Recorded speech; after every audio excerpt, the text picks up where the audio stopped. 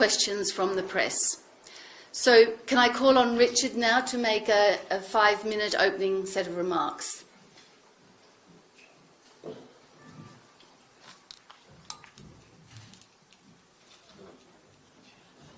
You're muted, Richard.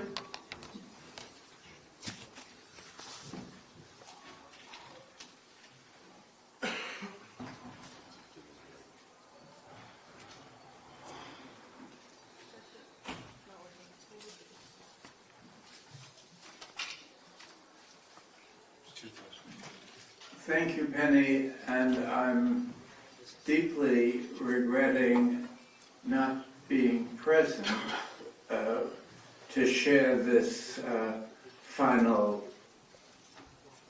session of the Sarajevo meeting of the Gaza Tribunal. The purpose, as Penny suggested, is to introduce the Sarajevo Declaration. This text represents the culmination of 3 intense days of meetings here in Sarajevo, featuring survivor testimony, analysis by experts, and a series of brilliant reports written by the members of the 3 chambers. The Sarajevo Declaration is the most authoritative expression of the perspective of the Gaza Tribunal, a perspective that represents a civil society initiative with its own integrity and identity as an actor. It is not a court in the conventional sense understood in national or international settings. It is less bound by technical rules, no pretense of impartiality, and above all, more dedicated to moral judgments and the pursuit of justice than the mere pronouncement of legalities at stake. What we have in the form of the Sarajevo Declaration is a consensus document produced as a collective, by a collective process that was overseen by Craig McIver, but drew on comments drawn from the membership, not only of the steering committee of the project, but also of its advisory policy council, and indeed all those who are members of the Gaza Tribunal as an operational undertaking.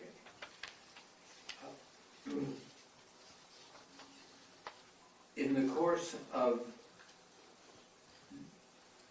drafting and conceiving of this declaration, many diverse inputs were incorporated, and so it does represent a collective expression of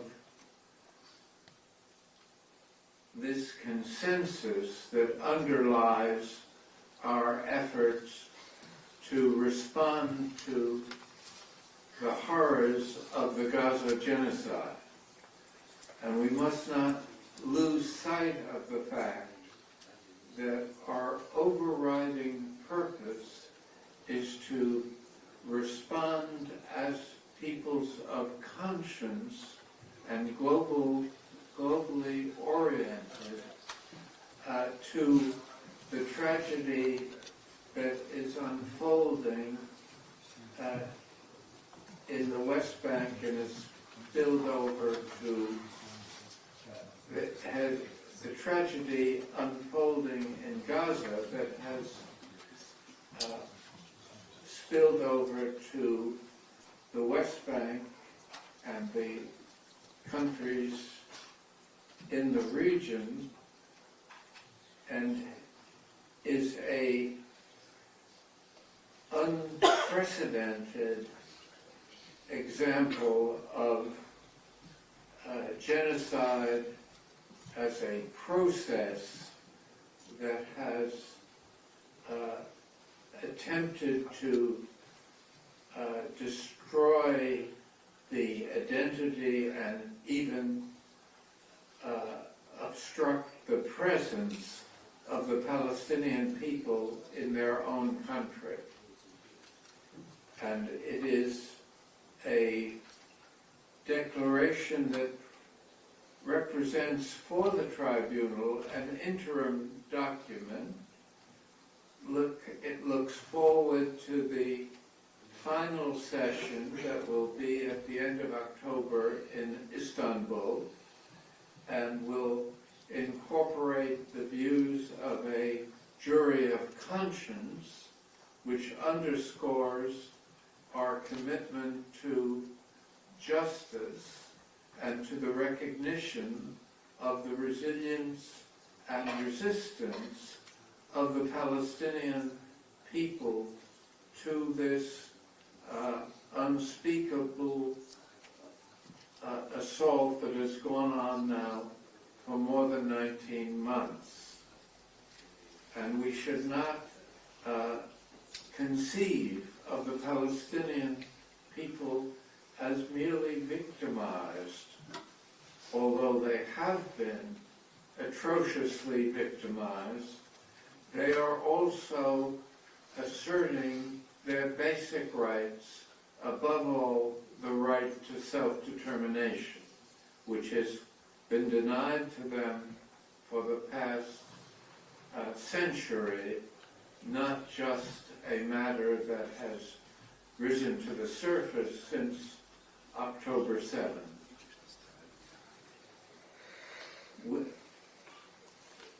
We hope that the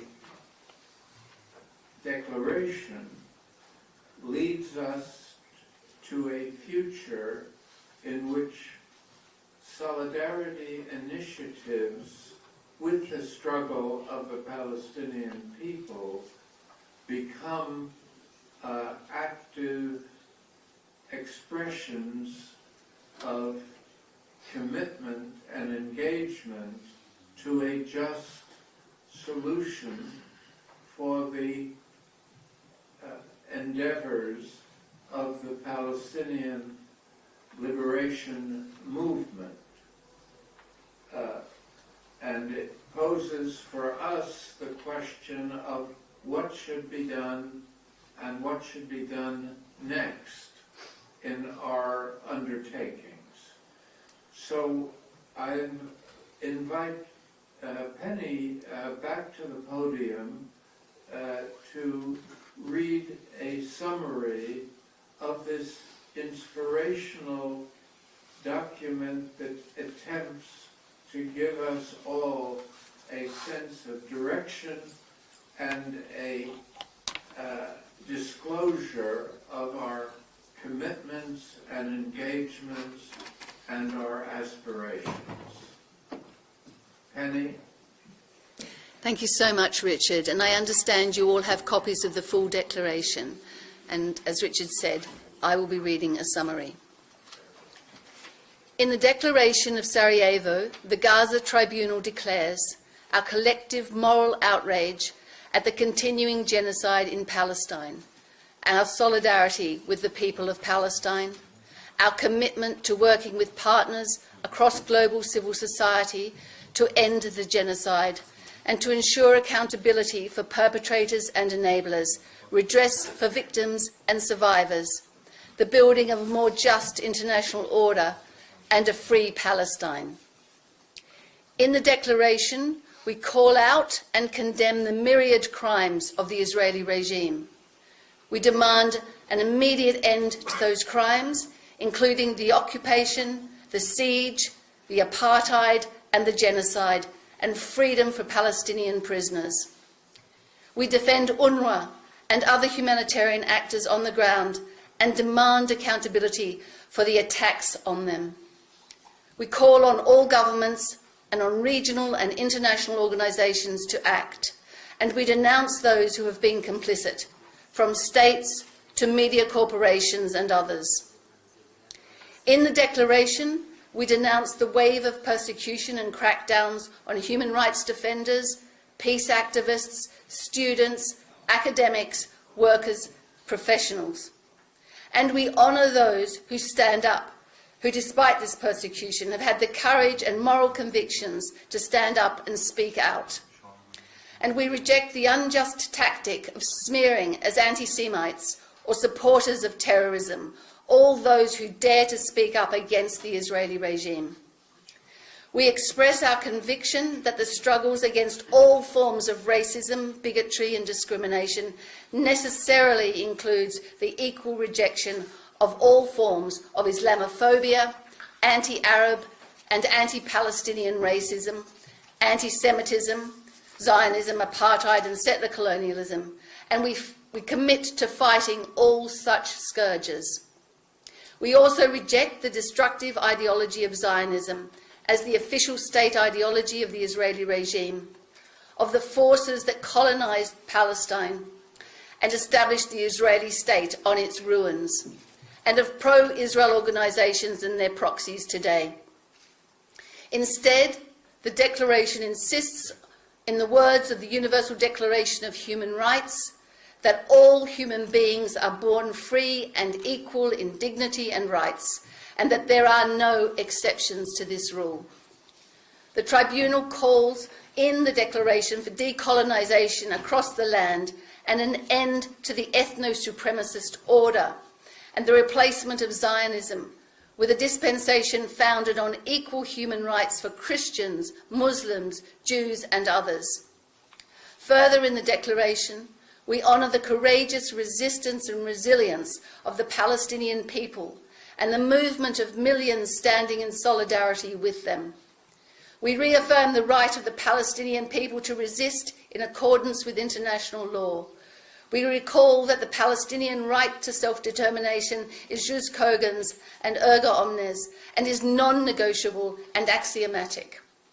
We respect Palestinian aspirations and recognise full Palestinian agency and leadership over all the decisions affecting their lives. In the text, we also express our grave concern at the state and direction of international relations, international politics and international institutions, their failings and the attacks on those international institutions that have challenged genocide and apartheid in Palestine. We demand immediate action to isolate, contain and hold accountable the Israeli regime through universal boycott, divestment, sanctions, a military embargo, suspension from international organisations and the prosecution of its perpetrators, individual criminal accountability for all those implicated in war crimes, crimes against humanity, genocide, gross violations of human rights or complicity. We applaud the International Court of Justice for its ongoing historic genocide case against the Israeli regime and for its landmark advisory opinions, and South Africa for bringing the genocide case to the ICJ. And we call for expediting the case of the ICC against Israeli perpetrators, for state parties to meet their obligations to arrest them, and for the US to cease its persecution of the court. And we call for full implementation of the pronouncements of the two courts in The Hague and the historic UNGA resolution of September 2024. We also express our admiration for the independent special procedures of the UN Human Rights Council, for their expert contributions and for their strong and principled voices in holding the Israeli regime to account and defending the human rights of the Palestinian people, as well as for UN agencies that have acted to defend the rights of the Palestinian people, foremost among them UNRWA. Finally, in the Declaration of Sarajevo, we warn that the world is approaching a dangerous precipice. the front edge of which is in Palestine, and that both key international organisations and most countries of the world have failed in defending the human rights of the Palestinian people and in responding to the Israeli regime's genocide in Palestine. And we conclude the declaration by declaring, and I quote, "The challenge of justice now falls to the people of conscience everywhere, to civil society and to social movements, to all of us. As such, our work in the coming months will be dedicated to meeting this challenge. Palestinian lives are at stake. The international moral and legal order is at stake. We must not fail. We will not relent." And there ends the declaration. Thank you.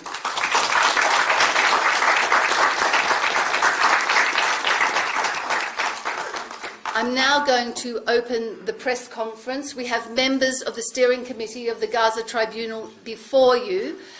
Could you please direct your questions through me to the panel? Who would like to ask the first question? Lauren. I want to know, how will the report and your findings... We need a microphone.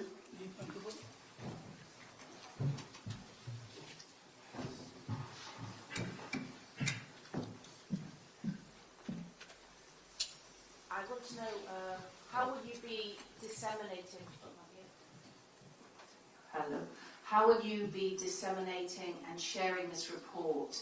And with Mr. Link there, how will you be getting through to the United Nations, and what do you actually hope to produce as an outcome? Thank you. Thank you, Lauren. I'm going to hand that one over to Michael Link. Please give him a microphone. Sorry, you have to stand up because of the press. Oh, that's right. Thank you. This to me? Here. You have the mic to It's the a he can answer it. Michael, you can see? I can say, Because Needs to be because of the mic to the press. the media. They will be taking the statements like this. Yeah, thank you. Please, sorry. It's okay. So the question goes to the impact of the declaration and where it's going to be heard. The declaration is detailed, it is comprehensive, it expresses, I think, the wish with respect to the Gaza Tribunal about the many facets of what's going on in Palestine and with respect to Gaza. It's going to be heard, I think, because of you, the media that is here, around the world. There's been a lot of interest in many different parts of the world on the proceedings over the last 3 days.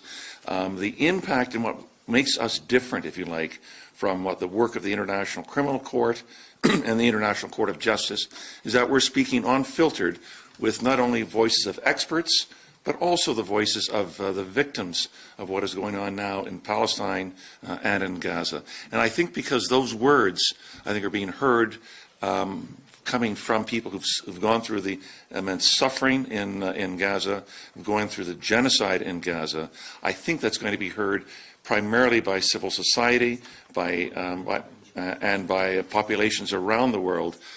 We're hoping it's going to move them for further action on their own governments and with respect to what's going to happen at the United Nations.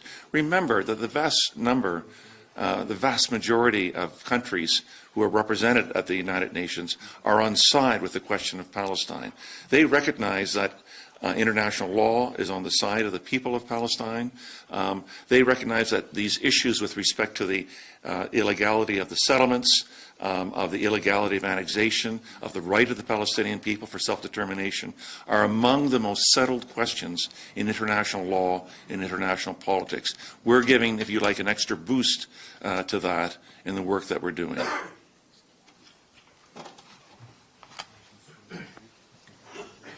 Thank you, Michael. And just in response to the second part of that question, the declaration and all of the evidence and testimony that was produced during the 3 days of our Sarajevo meeting will be held on the Gaza Tribunal website, so it will be available there in terms of dissemination. It will also be available to the United Nations, and we very much hope that they pick it up. But we also hope that other media outlets take it up and disseminate, and we will be disseminated widely through our own networks. Thank you. Do we have another question from the press?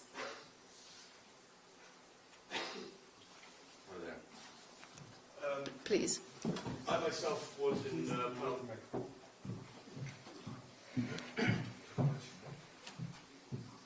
I've myself reported from Palestine after October 7th, and my question is in terms of media. I've heard the panelists yesterday.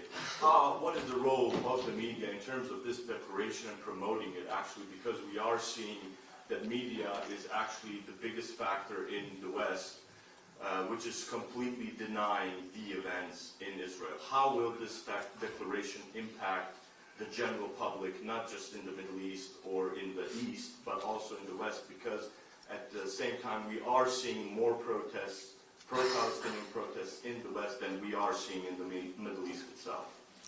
Lara, may I ask you to answer that question? Thank you. Your question is about the role of media and how the declaration adopted today is going to be used by media. And so we submit that the media has a tremendous role to play in amplifying the Sarajevo Declaration. We're calling on media worldwide to do their jobs which unfortunately for the corporate Western media, they have not been doing for the last 19 months, in fact, for many decades now. What we've seen in the last 19 months is that the Western corporate media has unfortunately been complicit in the ongoing genocide in Gaza. They have disseminated atrocity propaganda. They have continuously silenced the voices of Palestinian journalists who are risking their lives every single day to provide us with evidence of what is taking place in Gaza.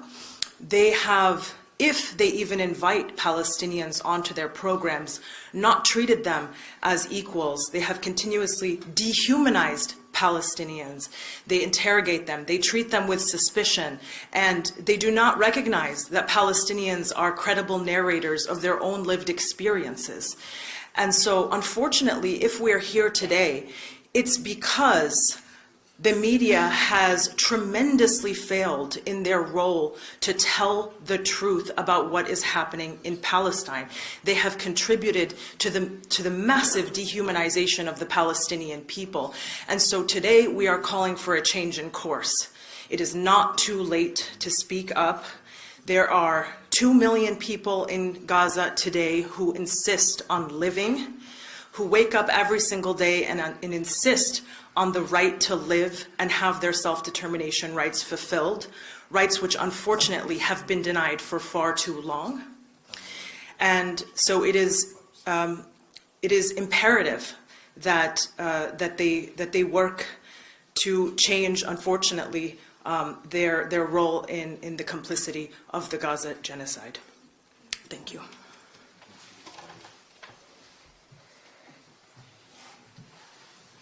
Are there any other questions? I have a question from the press. Thank you very much. It was a lovely speech from you.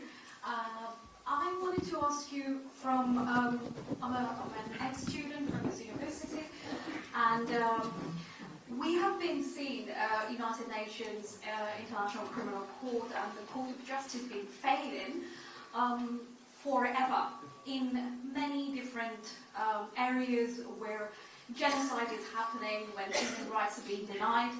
And when we're talking about taking the declaration to the United Nations to hold them accountable, what will be done from the civil society, from the media, and from your side to keep to hold accountable, to United Nations being accountable, or International Criminal Court and Criminal Court of Justice being accountable for being silent, for keeping the silence forever? This is my question. Thank you. Thank you. Does anybody want to answer that, or shall I? I think that the very purpose of this tribunal is because of what Lara was saying in relation to the media and relation to the sort of, if you like, the dominant hegemony which operates in relation to Palestine. So the idea of a people's tribunal is to, in effect, run parallel to the procedures that are taking place in the ICC and the ICJ. We know that the wheels of international justice move incredibly slowly, and that they are selective. We applaud, as we said earlier, the role of South Africa in bringing the case against Israel to the ICJ. But we have to do much, much more than that. And our tribunal runs parallel to those processes. And what we believe in is the power of civil society to embark on campaigns, already that they are marching in their millions across the world. What we are encouraging and what we are hoping to animate with a little bit more agility is the commitment to the boycott, divestment and sanctions movement, to an arms embargo on Israel, to sanctions against Israeli officials, and to support organisations like the Hind Rajab Foundation, which is pursuing Israeli war criminals as they travel the world on their holidays.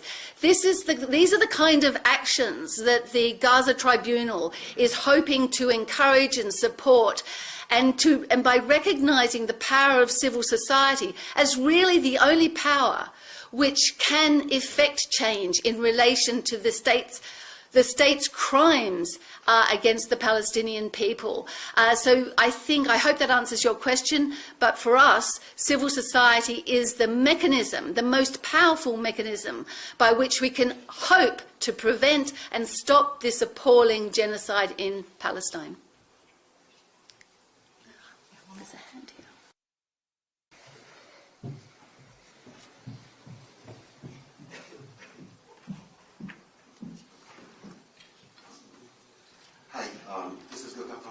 World. Since my colleague Samir has mentioned about the media's role in covering this Gaza genocide, as far as we know, we have the information that this Gaza Tribunal will have another session, probably, I guess, in September or October in Istanbul. So what are you guys planning to do for this latest and last session, so that the press and the media's role, maybe at the end of this final version of the Gaza Tribunal, will be affecting the outcome of this massacres, and will be able to stop this, at least people to understand that this has to be taken into account and acting as to stop this genocide going with this regime in Israel. Thank you. Thank you. Does anyone from the panel want to answer that? Or?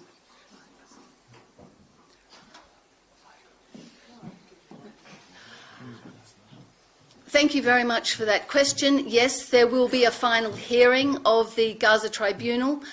At this stage, we will certainly have a jury of conscience that will be made up of representatives from civil society, from the law, from academia, public intellectuals who will explore the evidence that we have gathered, for example, in the last 3 days. But more than that, it will make judgment on the various elements that we have discussed in these last 3 days. We began this tribunal not exploring whether or not Israel had committed genocide or whether the United States and the United Kingdom had been party to that genocide. We began this tribunal on the premise that a genocide has taken place. There is more than enough evidence. More than enough. There is a vast quantity of evidence that is being gathered by civil society organizations, by Palestinian groups, by scholars, by a range of NGOs. That demonstrate that genocide is taking place, that Israel is a perpetrator of apartheid, of settler colonialism, of genocide. That does not need to be established. That has been established.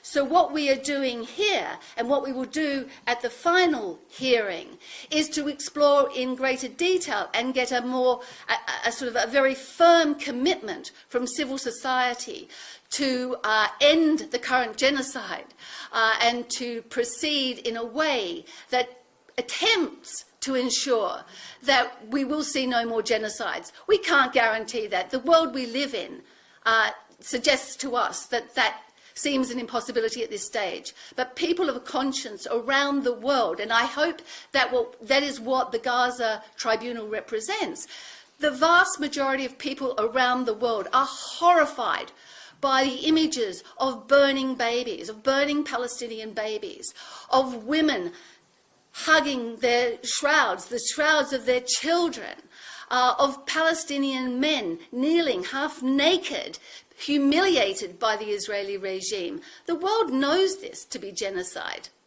And the world, ordinary people, are totally opposed. The problem is the powers that be, and it's our attempt to give, I suppose, to reinvigorate civil society, to give civil society a greater validation and increased credibility in the struggle against genocide, and particularly the struggle against Israel's crimes in Palestine. Okay.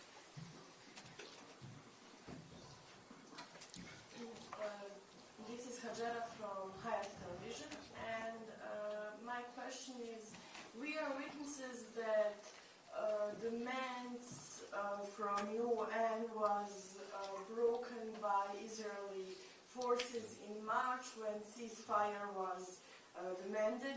How are you planning on dealing with such obstacles if that happens again? Because you are demanding ceasefire and aid and everything. How are you going to solve problems if they are not respected? Thank you. I'm going to hand this one to Michael Link.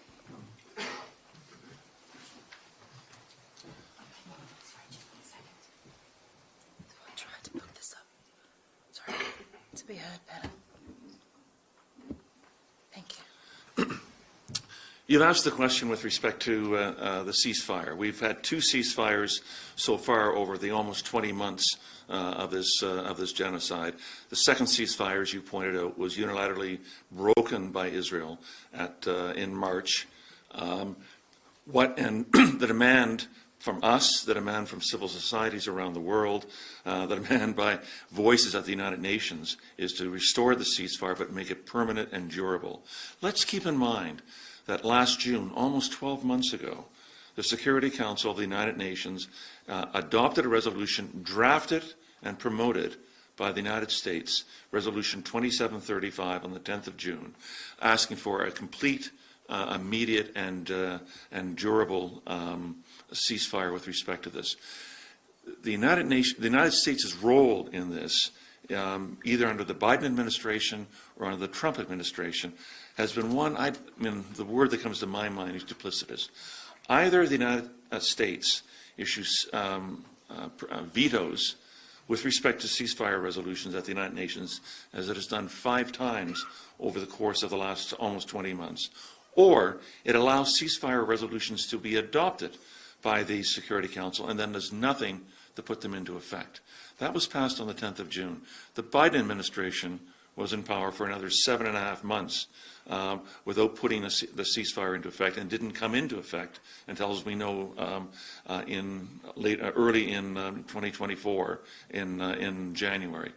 So what are we to do, I guess, as people of conscience, as legal scholars, as scholars of the Middle East, as people concerned about human rights with respect to that, is to demand that what our states and what the United Nations puts on paper, that they wind up honoring that, honoring those words.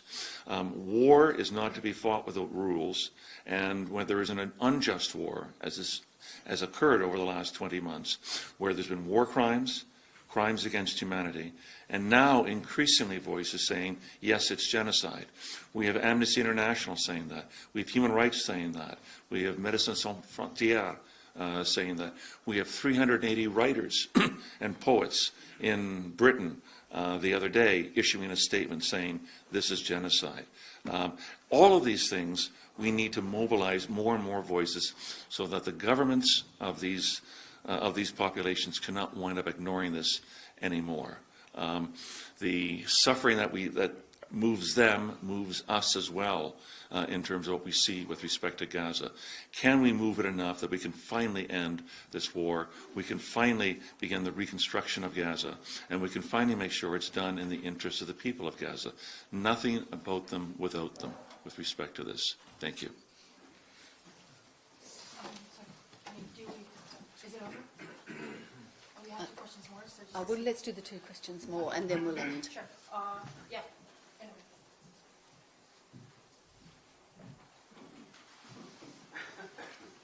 Thank you. Hi, Emily Wilder, freelance reporter.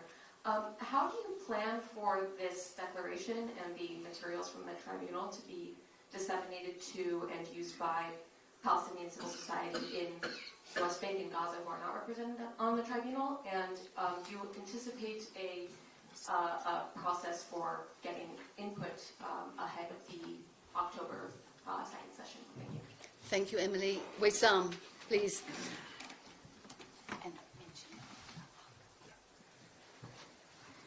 Thank you for that question, and obviously the important role of Palestinian civil society in the tribunal needs to be underscored, and Palestinian civil society organizations have been represented in the tribunal with statements from the organization I represent, Al-Haq, but also Damir, Badil, and the process, this entire tribunal is really a complement to the efforts of Palestinian civil society as a whole that has been ongoing throughout this genocide in particular, but for decades.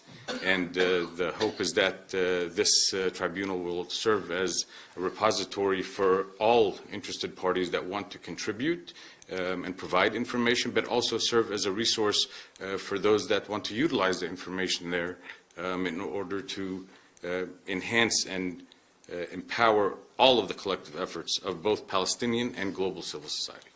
Thank you.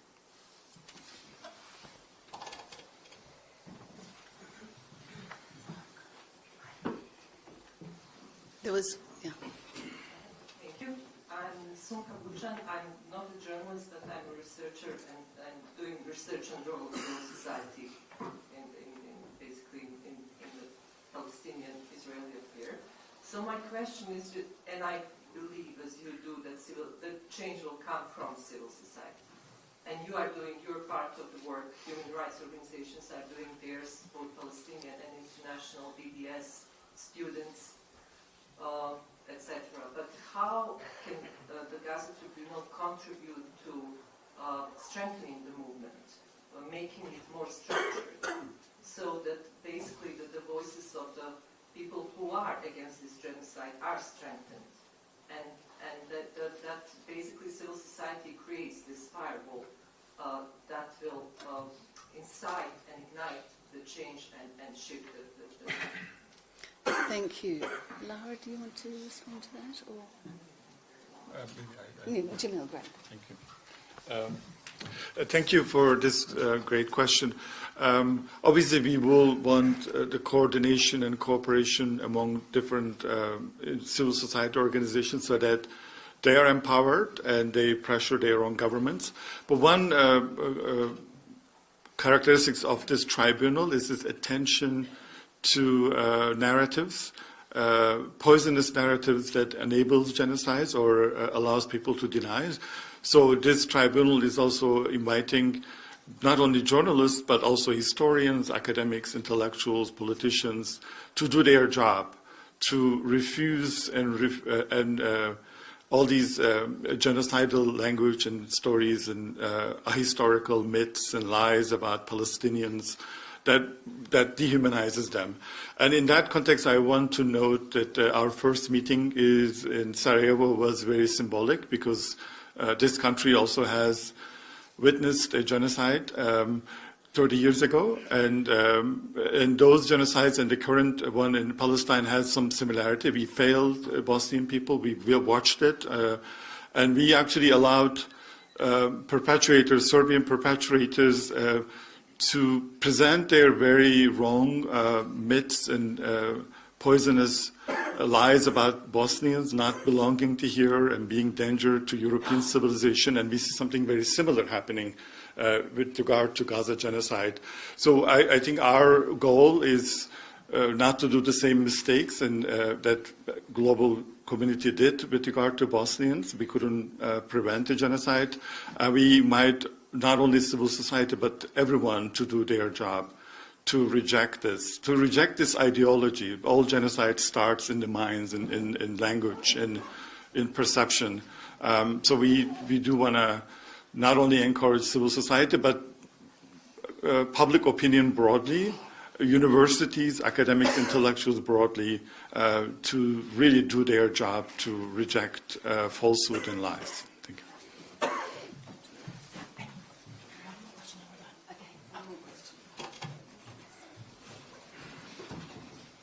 This is the final question. Thank you. I just want to ask one question. I was waiting a couple of minutes with the hand. Actually, this person hasn't actually asked a question before, so. Okay, thank you.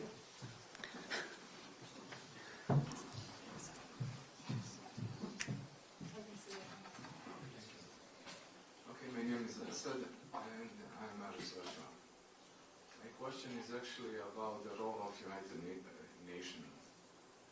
And if you allow me maybe 1 or 2 minutes just to explain myself what the question is. Yes, Please make it brief. If we go back in on the beginning on this what happened in Palestine, for example, the League of the Nation, we made the resolution 181, right?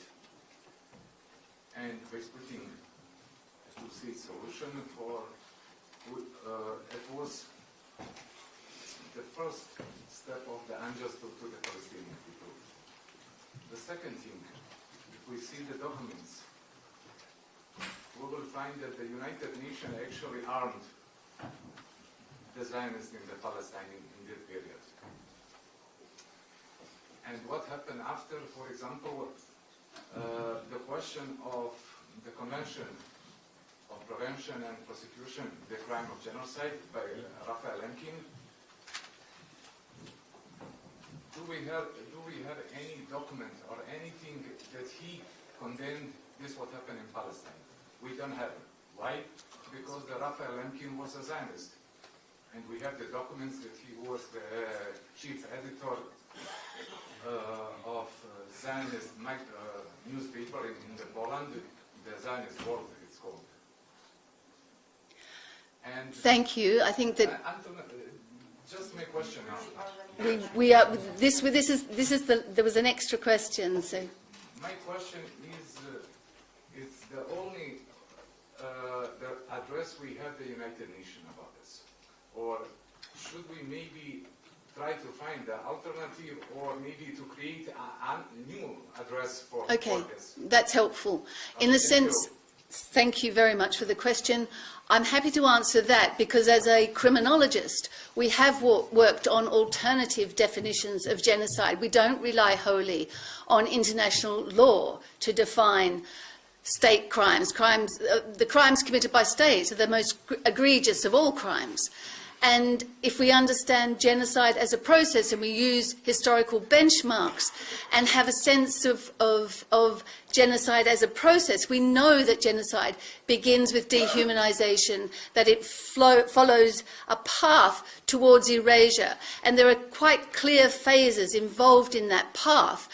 And the point, I think, is if we approach genocide in that way rather than an event, we have the opportunity, particularly as civil society, when we see a people being dehumanized, systematically dehumanized, institutionally dehumanized, we have an opportunity to step in. The treatment of asylum seekers in the UK, for example, is one such opportunity. When you see people dehumanized and scapegoated and blamed for the ills of the state, then that's a moment, that's a red flag. And so we have other alternative definitions. We don't rely wholly on the United Nations or international legal definitions. We are historians, we are sociologists, we are criminologists. criminologists, we are political scientists, we are international lawyers. We use those disciplines in order to have a much more holistic understanding of genocide and points of intervention. Thank you. I really apologize. We have multiple platforms. That's why I just want to get one more question in. In terms of the declaration, Palestine in general is being presented as a Muslim problem. This is not a Muslim problem. This is a problem of humanity right now. How do you intend to implement the declaration, to promote the declaration within religious figures, especially in the United States, which is using the evangelical corpus, promoting the ideas of genocide itself, within their speeches, within their preachings at churches? How do we intend to promote this particular declaration among religious leaders, both in the East and the West? Because as we all know, listening to all of you experts here, this is not a matter of a Muslim question, and we are presented in the media, and experts are being discredited in that way. How do you intend to bridge the declaration and promote it amongst religious figures, considering that now we have a new pope? How do we promote this declaration for religious leaders in the world to understand that this is not just a question of the Muslim world? Thank you for the question. Jamil. Yes.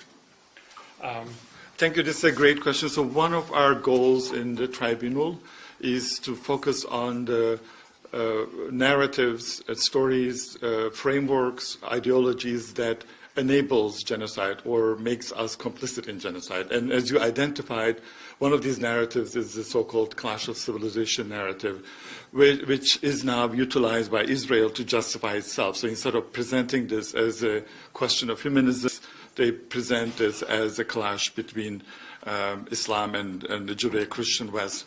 So we hope that we will invite all intellectuals, fair-minded people, academics and journalists and historians to reject the academically discredited, obsolete stories of clash of civilizations and religious conflict. Palestinians include all kinds of people, Christians and also Jewish Arabs. And they have been always the kind of champions of universal rights and humanism in history. So we do recognize that this ideology that you described is actually one way to racialize Palestinians and deny their rights. So part of our goal in our tribunal, Chamber 3, is to offer clarity to this pollution of terms and concepts and ideas and philosophies. And that also relates to the great question by our colleague on the United Nations. We do know the limitations of the international organizations, that the United Nations was built by great powers as an extension of empire. But we also recognize that eventually the United Nations also included the aspirations of colonized people, and people try to change the spirit of the United Nations and reform it. So we want to appeal to that positive, good side of the United Nations that with all of its limitations can still achieve a lot. So as in our speech Nora Arakat said, is that there are enough laws and international organizations and institutions that can act to prevent the genocide. So we want everybody to do their job, and we can mobilize, and we can go beyond that in terms of rejecting these hateful ideologies of clash of civilizations. Thank you. I want to bring a motion here. A motion for this steering committee. You're a steering committee. I need to bring a motion. Are we thinking of saying that's it? Right. We can conclude the press conference and then we can deal with your motion. Yes. Is that okay, individual Sammy? questions are also open. So yeah. Thank you very much for your attention, and thank you for your interest, and thank you for being part of this really, really important project. Thank you very much, Merima, and thank you all for coming. We hope that you will use your voices in the way that Lara talked about to counter the poison, the toxic role that the media has played in the treatment of Palestinian people in the course of this genocide. So it's up to you and your colleagues. We hope you can persuade them to do the right thing. Thank you very much for coming. We appreciate it.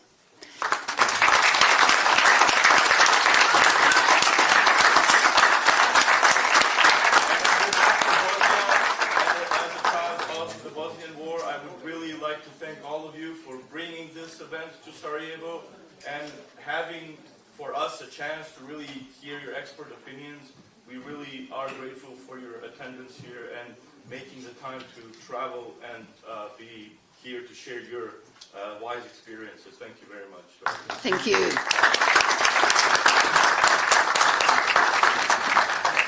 Wait till they take this.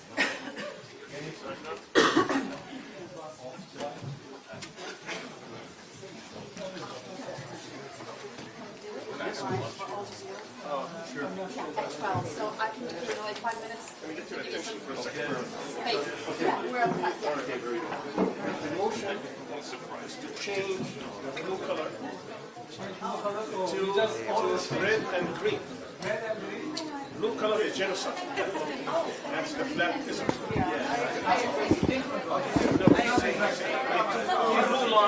Blue lines is what is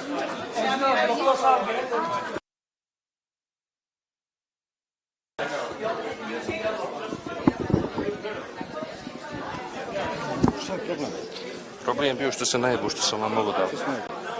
Zato što je nemate. A nije problem staviti svakako. Čekaj da dam kabel.